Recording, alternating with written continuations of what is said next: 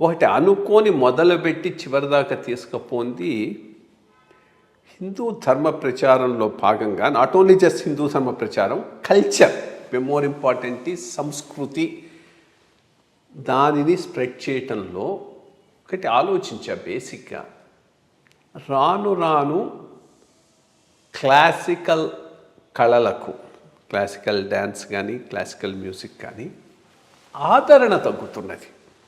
ఆదరణ లేనిది ఏ కళ కూడా ఉండలేదు, ఎక్కువ కాలం మనుగలేదు.